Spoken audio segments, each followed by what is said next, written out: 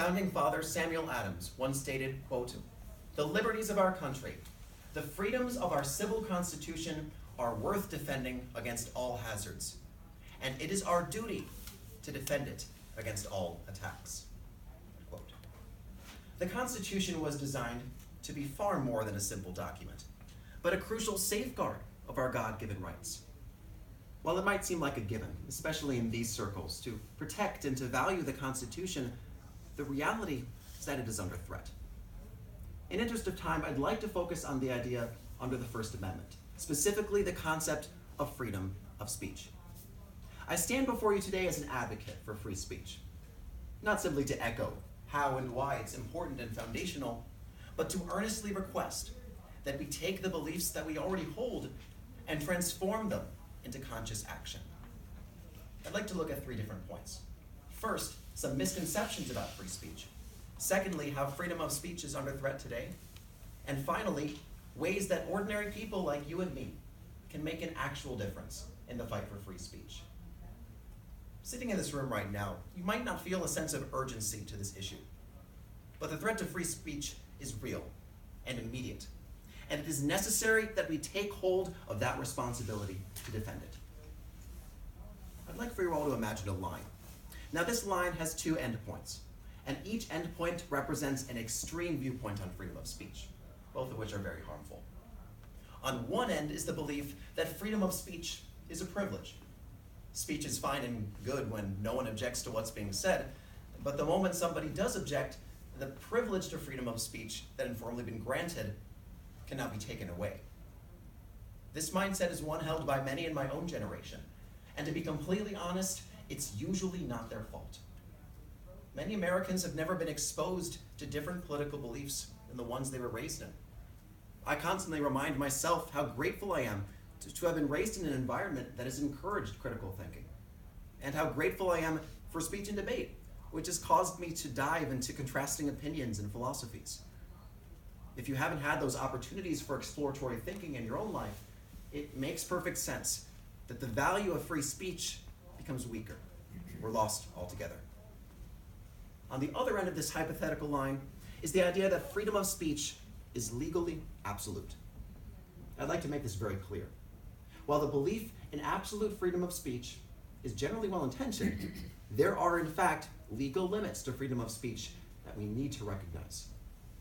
The Constitution as a whole was designed as a way to measure the government's actions against the citizens, but it does not concern the actions of private actors. Attorney Matthew T. Blum, writing for the Vancouver Business Journal, stated that, quote, "All too often I have heard the argument that firing an employee for a political statement would be in violation of freedom of speech. Generally speaking, it is not. The same applies to your friends, colleagues, church groups, golf clubs, etc. The First Amendment does not grant the American citizen the ability to say or express whatever they would like without fear of consequences from other citizens." End quote. Make no mistake, Blum is not disavowing the First Amendment or the idea of freedom of speech. Far from it. Rather, he's making the important point that the legal protections for freedom of speech are not unlimited. For example, tech giants such as Google, Facebook, and YouTube have long been criticized for the ways that they distribute, moderate, and sometimes censor content. But because these are private businesses, the courts and the government cannot hold them accountable for these actions. Therefore, because the First Amendment does not guarantee free speech in every situation, it becomes the responsibility of the citizens to defend freedom of speech once the government is out of the picture. Understanding the extent of free speech is crucial when we observe how it is under threat. As a soon-to-be college student myself, I'll be entering into what should be some of the most exciting years of my life. But to be completely honest, I'm fearful. Fearful that I'd be berated simply for seeking out discussion. Fearful that my grade can be lowered on a paper because I express beliefs contrary to those held by my professor. The culture often seen on college campuses today encourages ideological conformity and diversity in everything, but diversity of opinion. If students are taught what to think instead of how to think, it creates a massive chilling effect. those who hold the popular opinion will demonize those who dissent, instead of trying to actually engage with them. This creates a remarkable aura of ill will and resentment. Some campuses have created literal zones for free speech, such that anywhere outside those small pockets might as well be considered a dystopian future or the world of George Orwell's 1984. Keynote speakers have been shut down and routinely prevented from sharing their sometimes contrary opinions. As recently as this month, Grand Canyon University, notably the largest Christian school in the nation, barred conservative commentator Ben Shapiro from speaking on campus. The landmark Supreme Court case of Sweezy versus New Hampshire prophetically stated in its 1957 opinion that, quote, teachers and students must always remain free to inquire. Otherwise, our civilization will stagnate and die, end quote. One important thing to remember is that with many of these universities, on a case-by-case basis, the courts have consistently affirmed the right to free speech in the public space. But that work has only just begun, and it remains a distressing fact how the very places that should be the bastion of thought, institutions that form and mold entire generations, have become the greatest threat to freedom of speech.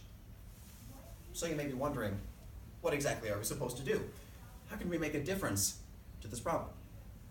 First, support organizations that fight the good fight. I've been involved in the Bill of Rights Institute for a number of years. They run a number of government camps, organize internships, and consistently educate high schoolers like me about the importance of free speech. Another organization worth supporting is the ACLU, probably the most well-known free speech organization. Now, what I've noted is that the ACLU has tended to fall in and out of favor in these circles, depending on what cause they happen to be supporting at the moment. The ACLU effectively responds to that in their mission statement. Quote, how much we value the right of free speech is put to its severest test when the speaker is someone we disagree with most. Speech that deeply offends our morality or is even hostile to our very way of life warrants the same constitutional protections as other speech, because the right of free speech is indivisible.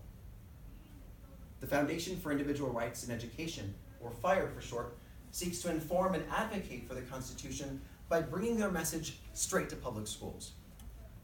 What all of these organizations recognize is that protecting freedom of speech is not a responsibility we can simply hand over to our leaders, but one that we must take upon ourselves. Secondly, find common ground. It troubles me today to see enmity and name-calling pretty much every time opposite sides of a political issue interact. Try to keep in mind how the Constitution and freedom of speech is what guarantees that these contrary opinions exist in the first place. We can hold firm beliefs of our own, certainly, but also be willing to engage with those who hold contrary beliefs, because that's what gives credibility to the very idea of freedom. Third and finally, don't be afraid. If you know the Constitution and believe in the importance of freedom of speech, then you have the ability to defend it. It's as simple as that. If it feels like those around you aren't fully embracing the freedoms that we have in this nation, that is when your role comes into play. Today we've looked at 3 different points. First, the extent of free speech, so that we can center ourselves on that hypothetical line. We explored how freedom of speech is under threat, especially in the realm of higher education. And finally, we discussed courses of action that ordinary people like you and me can take in order to make a real difference.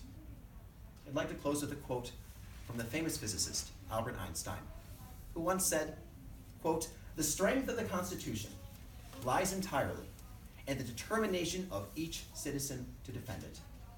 Only if every single citizen feels duty-bound to share in this defense are the constitutional rights secure. Thank you all so much.